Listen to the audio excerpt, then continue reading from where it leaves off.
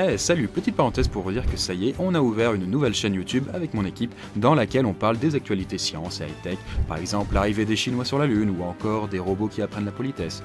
Allez jeter un coup d'œil si ça vous dit, je vous laisse avec la vidéo.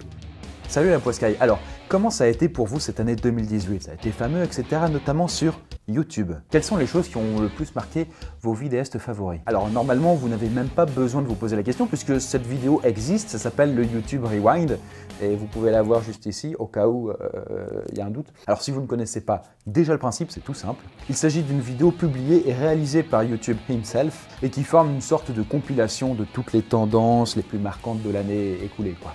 Et le moins qu'on puisse dire, c'est que celui de l'année 2018 a été assez particulier. Assez polémique, j'ai même envie de dire, puisque c'est devenu officiellement sur YouTube la vidéo la plus dislikée de tous les temps. Voilà, les choses sont dites. Et donc le YouTube Rewind 2018 cumule à lui seul, à l'heure où je parle, eh bien on va vérifier ça tout de suite. Attends, ok, 155 millions de vues pour... plus de 14 millions de dislikes. Ah, c'est le buzz, hein. Alors bon, oui, c'est un véritable fiasco, c'est peu de le dire. Et dites-vous bien que cette vidéo, en termes d'impopularité, a dépassé le clip Baby de Justin Bieber, qui pourtant était quand même difficile à atteindre, hein, j'ai envie de dire, en termes de dislikes. Alors bon, très bien, il y a plein de haters, etc. Mais en fin de compte, qu'est-ce qui a poussé tous les utilisateurs à être aussi vindicatifs à l'encontre d'une vidéo qui quand même est censée célébrer la gloire de tous les créateurs? Cette vague de mécontentement serait-elle à l'encontre des youtubeurs ou de YouTube lui-même? Et l'idée, c'est pas juste de parler de ça, mais de ce qu'on pourrait en déduire sur l'avenir de YouTube. Parce que bon, c'est quand même ironique que la vidéo la moins aimée d'une plateforme a été publiée par cette même plateforme. Alors préparez-vous, puisque aujourd'hui, on débriefe sur la vidéo la plus détestée de tout YouTube dans cette question youtubesque.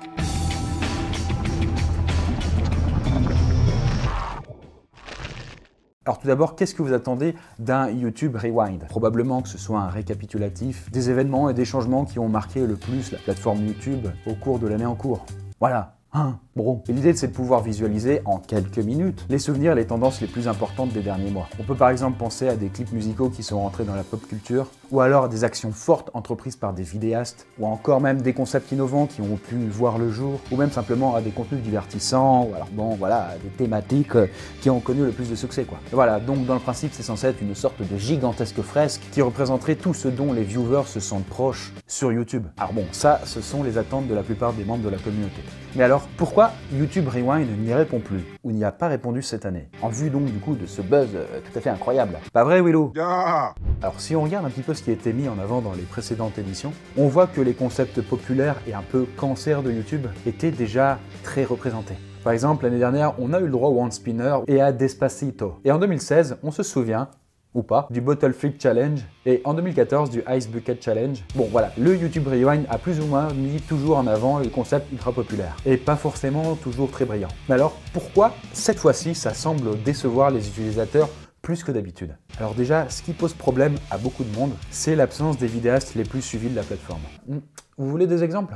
Alors le plus connu, le numéro 1 de toutes catégories confondues, c'est évidemment PewDiePie, et qui n'apparaît plus dans le YouTube Rewind depuis quelques années déjà. Et à ses propres dires, pas par mauvaise volonté, non, mais tout simplement parce que YouTube ne l'invite plus. Voilà. Et même si c'est sans conteste le youtubeur le plus important, avec près de 77 putains de millions d'abonnés, putain, il a plus d'abonnés que n'existe de Français dans le monde, et bien malgré tout ça, les polémiques qui ont un petit peu secoué son image depuis 2017 l'ont directement placé sur la liste des indésirables du Rewind. Pourtant, si vous suivez un petit peu l'actualité du net, vous avez dû entendre parler de sa compétition avec T-Series, une chaîne de production musicale indienne, et en passe de devenir la chaîne YouTube la plus importante au monde, devant lui. Et donc suite à ça, un soulèvement d'abonnements s'est formé sur le web pour que PewDiePie reste toujours sur la première marche du podium. Et par exemple, plusieurs vidéastes comme MrBeast se sont mobilisés pour inciter leur public à s'abonner à PewDiePie en vue qu'il reste le premier. Et quelqu'un avait même piraté 50 000 imprimantes pour imprimer des tracts à l'effigie du youtubeur. Voilà, ça allait un peu loin. Et donc, grâce à cette sorte de campagne délirante, sa chaîne a presque réussi à attirer près de 10 millions d'abonnés en l'espace de quelques mois. Alors bon, si ça ne méritait pas d'être mentionné dans les accomplissements youtubesques de l'année, bon, l'intéressé avait d'ailleurs posté une vidéo en réaction au YouTube Rewind 2018, et au cours de laquelle, bon, pour vous faire le topo, il n'exprime aucun regret, parce que quand il voit ce dont la production YouTube fait la promotion, il se dit quand même heureux de pas se retrouver au milieu de tout ce foutoir, quoi. I'm almost glad that I'm not in it because it's such a cringy video at this point. Alors bon, en l'occurrence, on peut pas vraiment lui donner tort. Alors d'autant que les créateurs du Rewind lui ont quand même fait un clin d'œil. Oui, parce que oui, si vous regardez bien, à un moment, vous devriez voir apparaître sa chaise emblématique. Preuve que quand même si YouTube veut officiellement plus de lui, beaucoup de créateurs continuent à tenir à sa présence. Bon, cela dit, PewDiePie n'est pas le seul nom marquant manquant à l'appel. De nombreux viewers ont aussi exprimé leur regret quant à l'absence de Jake et Logan Paul, dont l'image a bien été entachée d'ailleurs par cette histoire de cadavres filmés dans la forêt des suicides au Japon. Bon, on va pas revenir sur ce tragique épisode, mais on va dire que bon, depuis ça, Logan Paul n'a plus autant la cote que par le passé, et notamment aussi auprès de YouTube, surtout. Donc il est facile de comprendre pourquoi il n'a pas été invité. Pourtant, le combat de boxe qu'il a organisé à la Manchester Arena a compté parmi les événements les plus notables de YouTube, en rassemblant plusieurs millions de spectateurs. D'autres ont aussi déploré l'absence de Shane Dawson, qui a de son côté réalisé des vidéos très suivies, dévoilant l'intimité et les coulisses de la vie de plusieurs grands youtubeurs controversés. Mais les youtubeurs MrBeast et iDubbbz font aussi partie des poids lourds dont YouTube semble n'avoir que faire lors de son Rewind, au grand désarroi de leurs millions de fans. Certains auraient même préféré qu'un hommage soit rendu aux personnalités populaires sur YouTube, qui sont décédées cette année. On peut penser par exemple au physicien Stephen Hawking, ou alors au rappeur XXXTentacion et Mac Miller, ou encore même le scénariste Stan Lee aurait mérité quelques secondes de reconnaissance selon pas mal de monde. Et même si, bon, ils n'étaient pas vidéastes, l'influence de leur décès s'est pas mal fait ressentir sur la plateforme. Bon, après peut-être que le YouTube Rewind, c'est pas non plus le marché, et on peut pas non plus avoir tout dedans. Hein. Et forcément sur les milliards d'utilisateurs, il y en aura toujours qui seront pas satisfaits. Mais quand même. Alors bon, on a plus ou moins fait le tour des youtubeurs qui manquaient, mais alors, qui sont ceux qui sont bien présents dans la vidéo? Alors bon, déjà, ils ne sont pas tous youtubeurs, hein. Je veux dire, Will Smith, très bon acteur, hein, bien sûr, hein, mais bon, voilà. Même si, effectivement, il a une chaîne suivie par des millions d'abonnés, est-ce qu'on peut vraiment considérer ses vlogs comme représentatifs du travail créatif de la plateforme et de ce qui a marqué la communauté? Et par rapport aux invités présents, ce n'étaient pas forcément ceux plébiscités par le public. Après bon, dans la mesure où il y a des centaines de millions d'utilisateurs sur YouTube, c'est malgré tout normal qu'on ne puisse pas faire plaisir à tout le monde.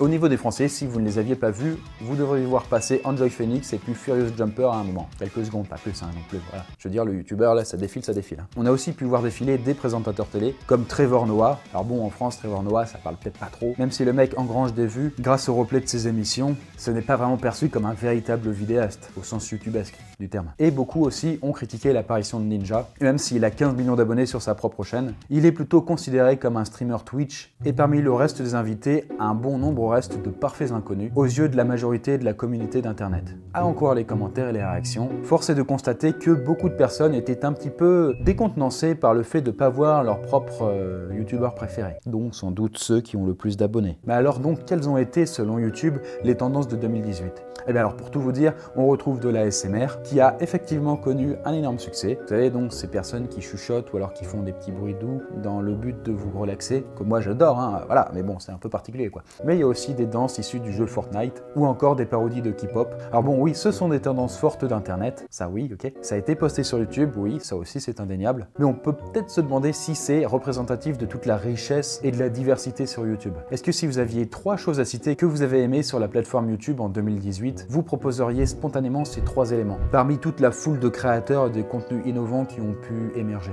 Si le Rewind 2018 a autant subi la foudre de ses fans, c'est peut-être que son contenu ne reflétait pas ce que souhaitait voir sa communauté. Ah d'ailleurs, ironie du sort, je vous ai même pas dit quel était cette année-ci le scénario du Rewind. Parce que oui, le Rewind a un scénario tous les ans. Tout cela se doit d'être scénarisé, que ce soit intégré, si vous voulez, à un concept particulier. Et donc, essayez de deviner lequel.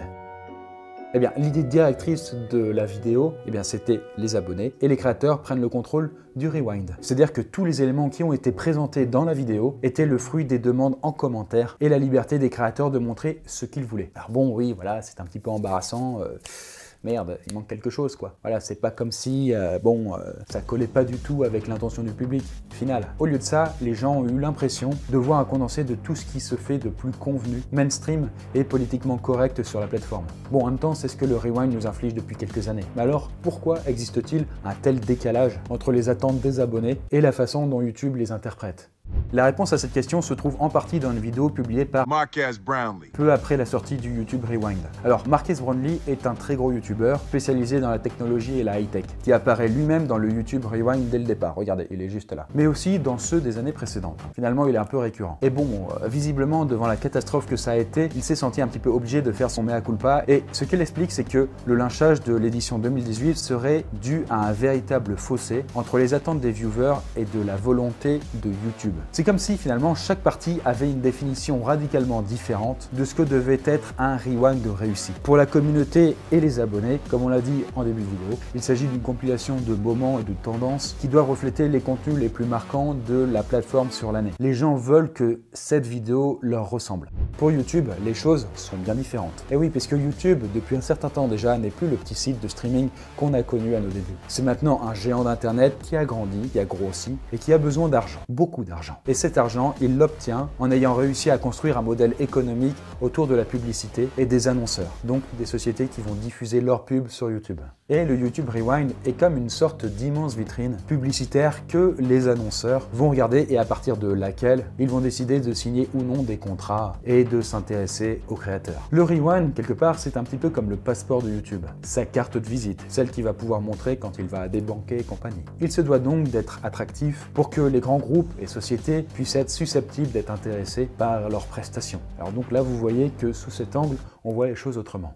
Et donc, la conclusion à en tirer, c'est que pour se donner une bonne image, YouTube refuse d'inclure tout le contenu de son Rewind et surtout les célébrités controversées qui pourraient faire fuir les partenaires. Alors par exemple, pour les polémiques qui ont touché PewDiePie, eh bien ce n'est pas un hasard si YouTube ne fait plus appel à lui désormais, puisque beaucoup d'annonceurs avaient pris peur et avaient préféré quitter la plateforme.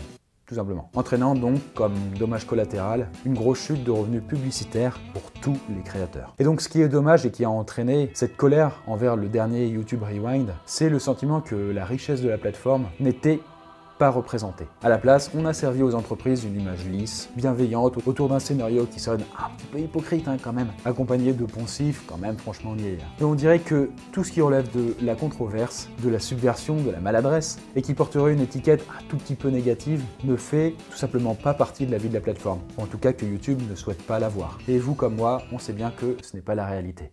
Bon, en définitive, le YouTube Rewind n'est peut-être pas si différent de ça des autres années. Mais cette fois-ci, l'expression de tous les pouces tournés vers le bas pourrait bien représenter une sorte de ras-le-bol général de la communauté YouTube envers les dirigeants de YouTube eux-mêmes. Et au lieu de montrer par exemple toujours les mêmes têtes, le concept pourrait mettre en avant des jeunes créateurs dont le travail a subitement explosé sur YouTube durant l'année. Alors finalement, le Rewind 2018 représente une évolution de la plateforme qui ne plaît pas à sa communauté. Et en ce sens, les critiques qui ont été faites sont peut-être aussi en même temps l'expression d'une certaine nostalgie. De l'époque où YouTube était plus convivial, plus artisanal et moins super productif, avec une pensée moins capitaliste. Voilà, j'espère que vous avez apprécié cette nouvelle question youtubesque. J'en profite pour vous rappeler que notre nouvelle chaîne YouTube, l'Astrolabe, est ouverte depuis peu. Alors c'est un style très différent de ce que vous pouvez avoir l'habitude de voir sur Poisson Fécond. Je suis en voix off, on a un avatar qui m'accompagne tout le temps. Bon, en tout cas, on est très curieux d'avoir vos retours, donc si vous êtes intéressé par les actualités science, high-tech, allez y jeter un coup d'œil. Sur ce, eh bien des bisous.